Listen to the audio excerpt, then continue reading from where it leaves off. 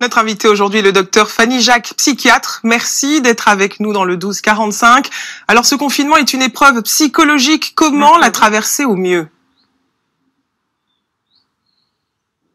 Alors effectivement, c'est une véritable épreuve psychologique. On voit une recrudescence des demandes de consultation. Comment la traverser au mieux? J'entendais les astronautes tout à l'heure.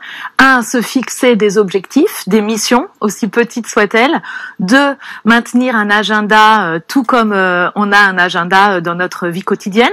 3, essayer de tirer du positif de cette situation, en profiter pour faire ce qu'on n'a jamais le temps de faire ou ce qu'on n'a jamais l'habitude de faire. Alors, l'épidémie de coronavirus et le confinement peuvent-ils déclencher ou renforcer des fragilités psychologiques, par exemple? Oui, tout à fait. Donc moi, je travaille dans une plateforme là de téléconsultation, Care, qui là voit une recrudescence de demandes de patients, soit des patients qui sont déjà suivis par des psychiatres, qui sont déjà fragilisés et qui vont de ce fait avoir une sorte de triple angoisse, hein. L'angoisse du confinement, l'angoisse du virus et puis l'angoisse de ne plus pouvoir être suivis de façon aussi qualitative. Donc ça va être pour les patients déjà fragilisés. Et puis sinon, bien évidemment, il y a des personnes qui vont bien d'habitude et qui là, avec cette peur qui est véhiculée par le virus, avec le confinement, il va y avoir une possibilité de recrudescence d'addiction, de problématiques conjugales, familiales, d'isolement, de solitude. Donc on voit vraiment émerger de nombreuses demandes. Alors nous avons beaucoup parlé dans ce JT des conséquences des mesures de restriction qui empêchent parfois d'assister aux obsèques d'un proche. Comment faire son deuil dans ces conditions? Alors c'est vrai que c'est difficile, hein, évidemment, ça c'est quelque chose, c'est une question qui nous revient souvent.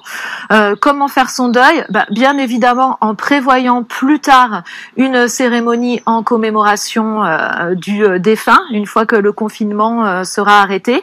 Après, le processus de deuil, il va suivre son cours avec les différentes étapes du deuil, tout comme dans un deuil classique, c'est juste qu'il va être remis à plus tard, on va dire. Autre question, et le couple alors, comment le préserver, se créer un espace mental?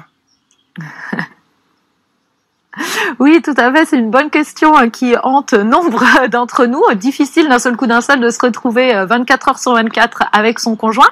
Je pense que ce qui est important, c'est de préserver, comme vous le disiez, un espace mental et donc un espace physique, de peut-être se trouver un petit coin à soi chacun dans la journée. C'est pas parce qu'on est ensemble physiquement qu'on doit être tout le temps ensemble. Il faut aussi essayer de se faire des vidéos avec ses amis sans son conjoint. On se préserve notre bulle d'intimité personnelle comme on l'avait précédemment. Et puis, ça peut être aussi l'occasion finalement de se retrouver en couple. C'est quand même pas si fréquent de pouvoir vivre 6 semaines pleinement avec son compagnon. Donc, une fois qu'il y a des bonnes bases qui sont posées, il faut essayer de trouver aussi des activités communes, pareil, qu'on n'a jamais le temps de faire d'habitude. Alors 6 semaines, ça n'a pas encore été confirmé par le gouvernement, hein. Dernière question, Fanny Jacques, qu'est-ce que cette période peut générer de positif? Voilà, exactement. Je suis contente que vous terminiez par ça. C'est ce que je souhaitais vous dire. Ce qu'on peut retrouver de positif, moi, ce que je perçois, on va voir par exemple des personnalités qui vont finalement se révéler. Je parle professionnellement dans le télétravail. Moi, je le vois, je travaille en télétravail. Des gens qui ont du mal, peut-être socialement, qui ont du mal à se mettre en avant, là, par le télétravail, ils vont prendre des initiatives. Donc, on voit se révéler des personnalités. Ça, c'est la première chose.